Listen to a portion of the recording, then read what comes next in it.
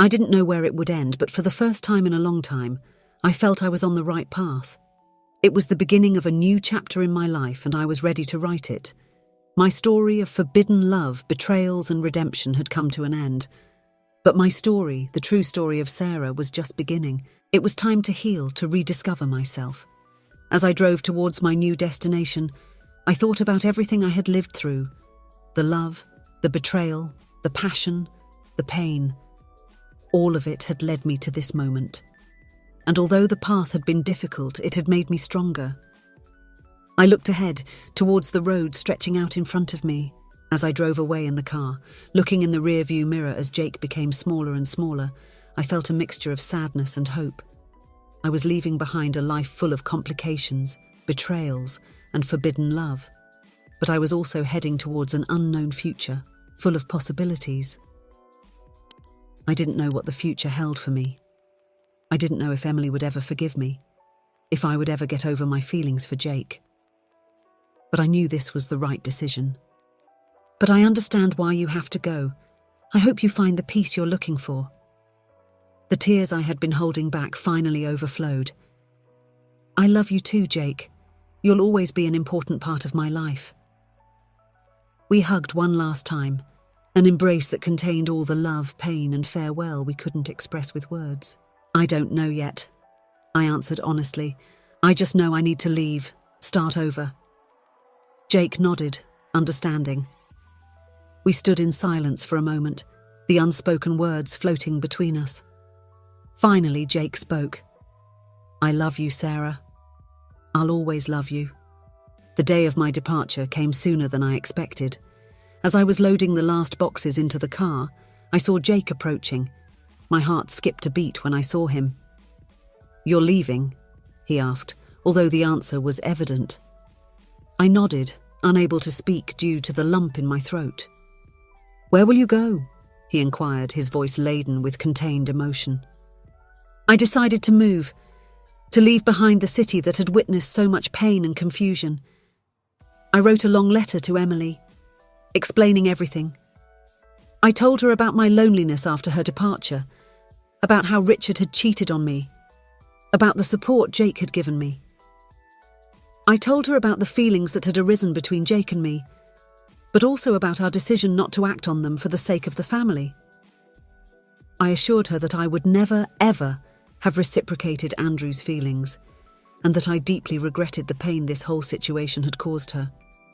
I ended the letter telling her that I was leaving, that I needed time and space to heal, and that I hoped someday she could forgive me and understand me. I felt completely alone.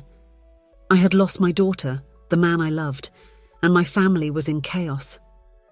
I spent entire nights crying, wondering how I had gotten to this point. It was during one of those sleepless nights that I made a decision. I couldn't keep living like this. I needed a change, a new beginning. The following days were hell. Emily refused to talk to me, convinced that I had betrayed her trust with Andrew. I tried to explain the truth, that nothing had happened between us, but she wouldn't listen. Andrew, for his part, had confessed everything to Emily. He had told her about his feelings towards me, but also assured her that I had categorically rejected him. This helped to soften the situation with Emily a bit, but the damage was already done. But sometimes love isn't enough. Sometimes we have to do the right thing, even if it hurts. That night, Jake and I made the hardest decision of our lives. We decided to end our relationship. It was heartbreaking, full of tears and promises of a love that could never be. But we knew it was the right thing to do. And that's just the beginning. If we continue with this, we'll only cause more pain. To Emily, to the whole family. I knew he was right, but the idea of losing him terrified me. But I love you, I whispered.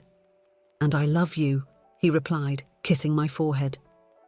Jake was silent for a moment, and I could feel the tension in his body. Finally he spoke. Maybe we should end this, Sarah. His words were like a dagger in my heart. What? No, Jake, you can't be serious. Think about it, Sarah, he said, his voice laden with pain. Look at what happened today. Oh, Sarah, Jake sighed, stroking my hair. I'm so sorry. This is a mess. "What are we going to do, Jake?" I asked, my voice muffled against his chest. "Emily thinks I have something with Andrew. If she finds out about us, I'll lose her forever." And the worst part was that, although I had done nothing with Andrew, I was involved in a relationship that could hurt her equally or more. That night, after Emily and Andrew left, she refused to talk to me and I could barely convince her not to drive in her emotional state. I broke down. I cried like I hadn't in years, feeling the weight of guilt, fear, and confusion. I called Jake, desperately needing his support. When he arrived and saw me in that state, he hugged me without asking questions. I told him everything between sobs. Andrew's declaration, Emily's reaction, the disaster everything had become. "I don't want to hear anything you have to say, neither of you." With that, she turned and ran out of the house. Andrew, finally reacting, followed her, shouting her name. I stood there, in the garden, feeling as if the world had ended. My daughter, my precious Emily, believed I had betrayed her in the worst possible way. Emily looked at both of us, the pain and confusion evident on her face. "How could you do this to me?" she finally screamed, tears running down her cheeks. "My own husband and my mother." "Emily, please let me explain," I begged, moving towards her. But she backed away as if my closeness caused her physical pain. "Don't come near me," she said with a trembling voice. The world seemed to stop.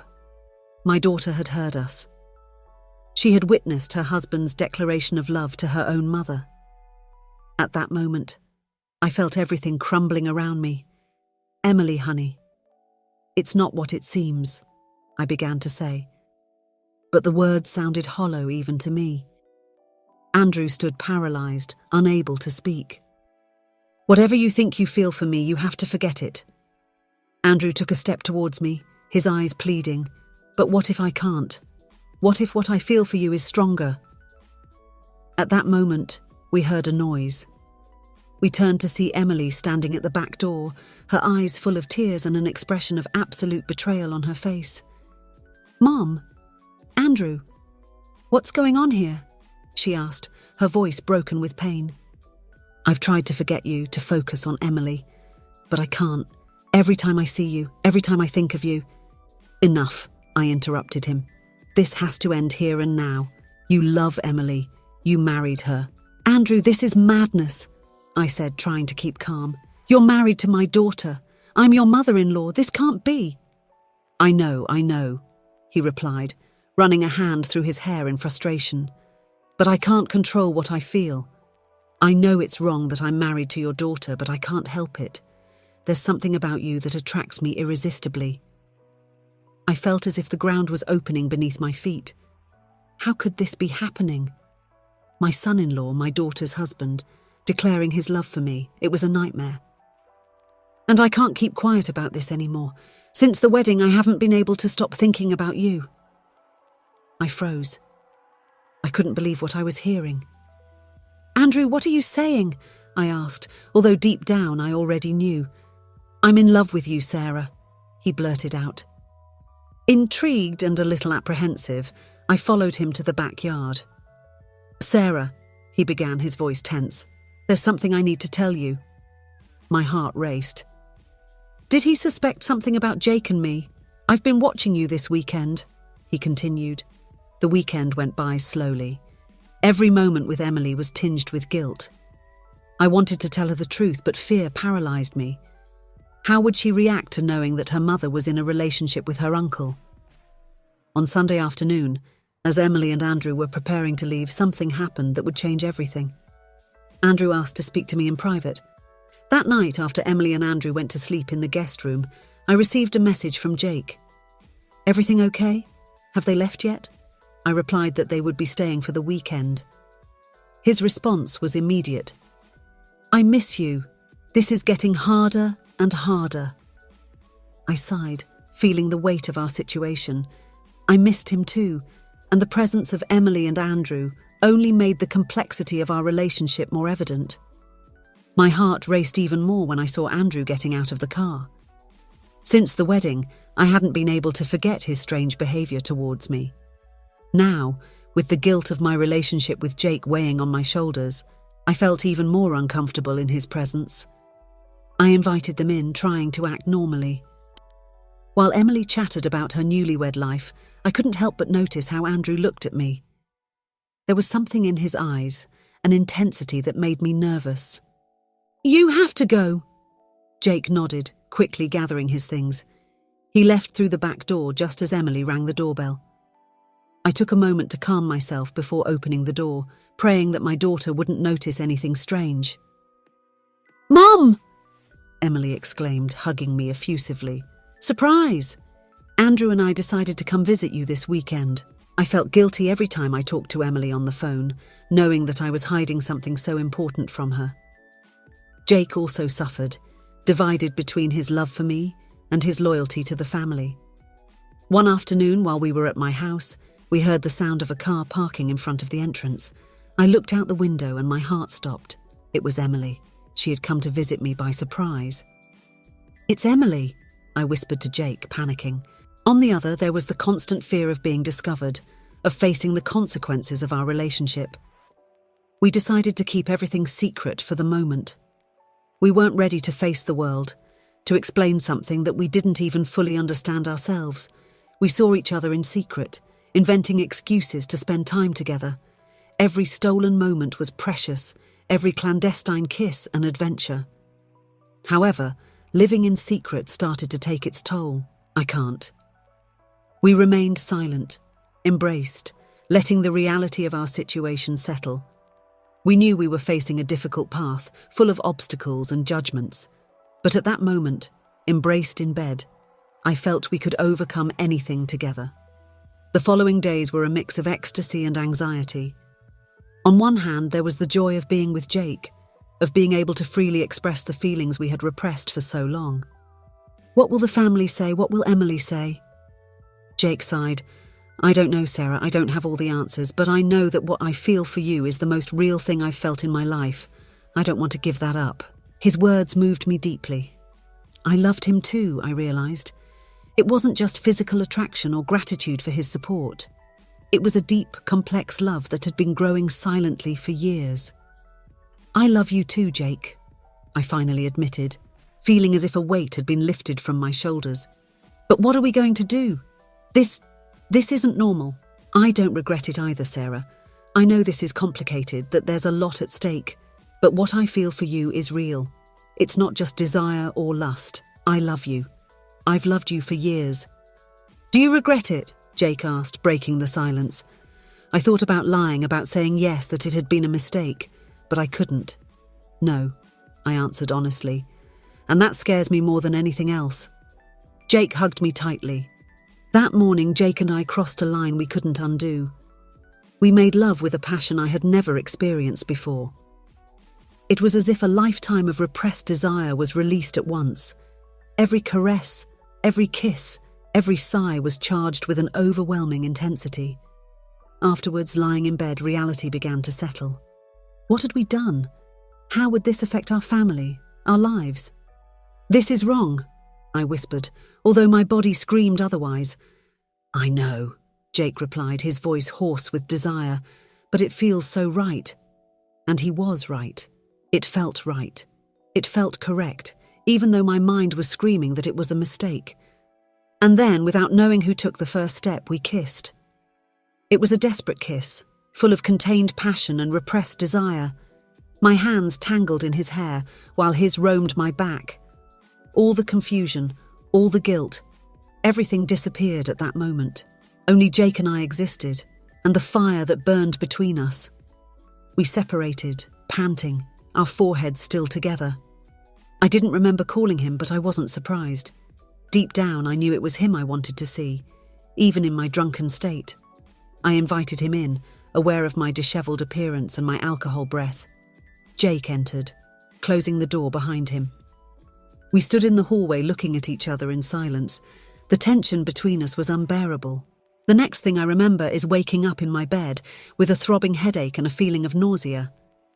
As I struggled to get up, I heard the doorbell. With a staggering step, I went to open.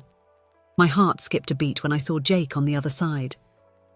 "Sarah, are you okay?" You called me last night. You didn't sound good. I came to see how you were, he said, with concern in his voice. But it was useless.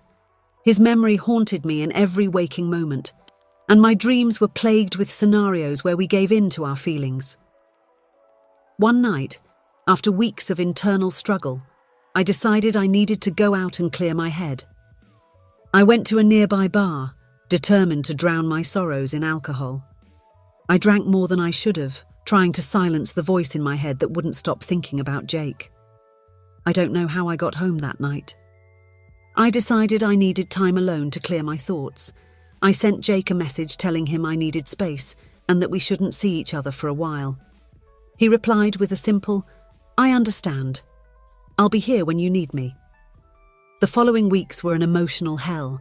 I tried to immerse myself in work, in the house renovation, in anything that would distract me from my thoughts about Jake. Jake nodded, understanding. "I get it. Take all the time you need. I'll be here when you're ready to talk." After Jake left, I immersed myself in a whirlwind of contradictory emotions and thoughts. How could I feel something like this for my cousin? What would Emily think if she knew? And the rest of the family? Guilt and shame mixed with an emotion I dared not name. "But I don't want you to go." We looked at each other in silence. The tension between us was palpable. Finally, Jake spoke. "What do we do now, Sarah?" "I don't know," I answered honestly. "But I think I need time to think. This is too much." At that moment, something inside me broke. Without thinking, I took his arm, preventing him from leaving. "Wait," I said, my voice trembling. I felt something too.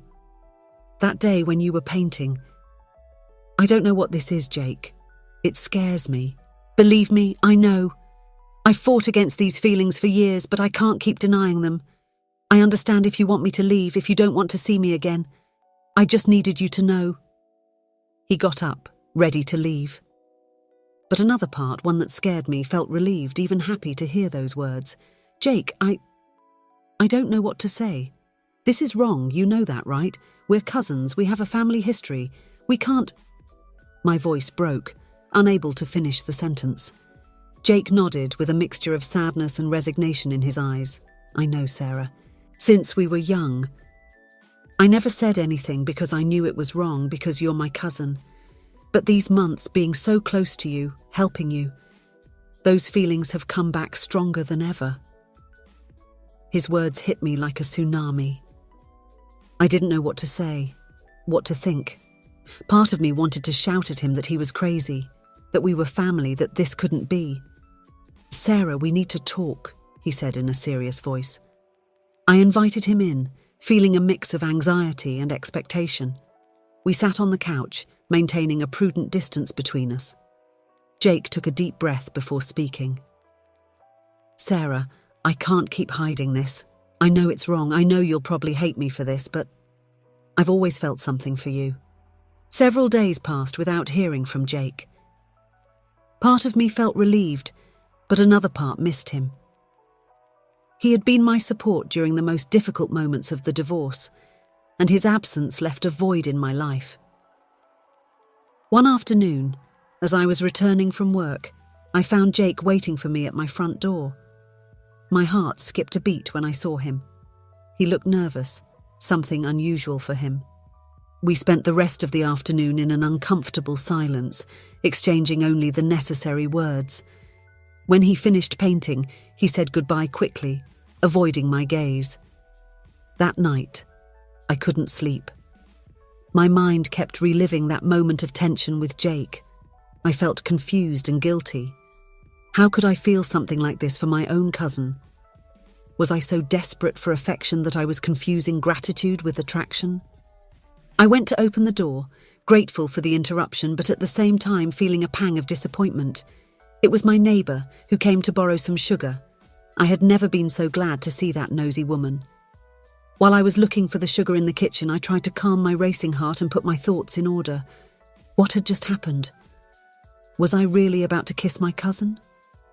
When I returned to the living room, Jake had resumed his painting work, acting as if nothing had happened. Our hands brushed as I handed it to him, and I felt an electric current run through my entire body. Our eyes met, and for an instant time seemed to stop. We slowly moved closer, our lips about to touch. The doorbell rang, breaking the spell. I jumped back, surprised and embarrassed by what was about to happen. Jake seemed equally disconcerted. I accepted his offer, grateful to have someone to trust in these difficult times. I never imagined that decision would change my life forever. The day Jake came to paint, the atmosphere was charged with a strange tension. As I watched him work, I couldn't help but notice his athletic physique. The years had been good to my cousin, and I surprised myself admiring the way his muscles tensed with each movement of the roller. At one point, I went to bring him a brush he needed. But I wasn't willing to give in. I fought tooth and nail for what was rightfully mine, backed by the unconditional support of Emily and Jake. Finally, I managed to keep the house we had bought together, although I had to pay Richard considerable compensation. I decided it was time to start over, to create a space that was completely mine. I began to plan a comprehensive reform of the house, something that would keep me busy and help me heal. Jake, always willing to help, offered to take care of painting the house. He told me he had been in a relationship with his young assistant for months, that he felt lonely, and that I wasn't giving him the attention he needed. His excuses only increased my pain and anger. Without hesitation, I asked for a divorce. The following months were a whirlwind of emotions. The divorce process was exhausting, both emotionally and financially.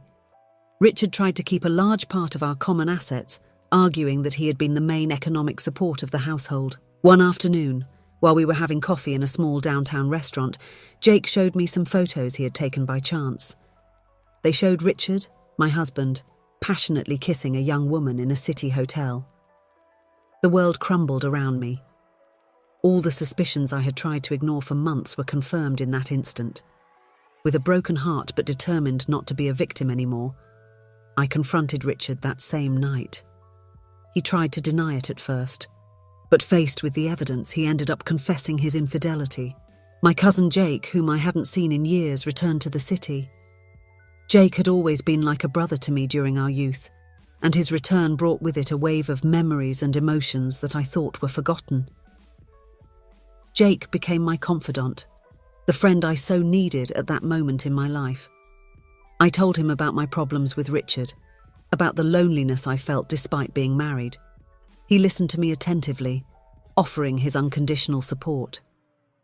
It was Jake who helped me discover the truth about Richard. Seeing my daughter radiant walking down the aisle filled me with indescribable joy. However, there was something that disconcerted me that day. Andrew, who had always been kind and respectful to me, behaved in a strange way. There were moments when I felt his gaze fixed on me, a look that I couldn't interpret and that made me uncomfortable. I tried not to give it importance, attributing it to the nerves of the big day. Shortly after the wedding, my life took another unexpected turn. I felt alone, even more than when I was a single mother. In the midst of my marital disenchantment, I received news that lit up my life. Emily had gotten engaged to Andrew, a young businessman who seemed to adore her. At first, I must admit I was distrustful. As a mother, I had always been protective of my daughter and feared that someone could hurt her as I had been hurt. But over time, Andrew earned my trust, and I came to consider him as the son I never had. The day of Emily and Andrew's wedding was one of the happiest of my life. When Emily went to college, I felt a huge void in my life. It was then that I met Richard, a co-worker who seemed to be everything I had always wanted in a man. Attentive, caring, and seemingly committed. We got married after a brief courtship, convinced that I had finally found the happiness I deserved. However, reality didn't take long to hit me. Richard was always absent, immersed in his work and constant business trips. Our marriage became an empty routine, where moments of intimacy and connection were increasingly scarce. I never thought my life would take such a drastic turn at 45. I, Sarah, always considered myself a strong and independent woman.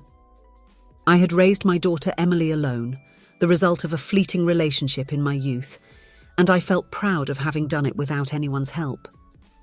Emily's father abandoned us shortly after her birth, leaving me with a baby and a broken heart. but that didn't stop me. I worked hard as an accountant, sacrificing nights and weekends to give my daughter everything she needed.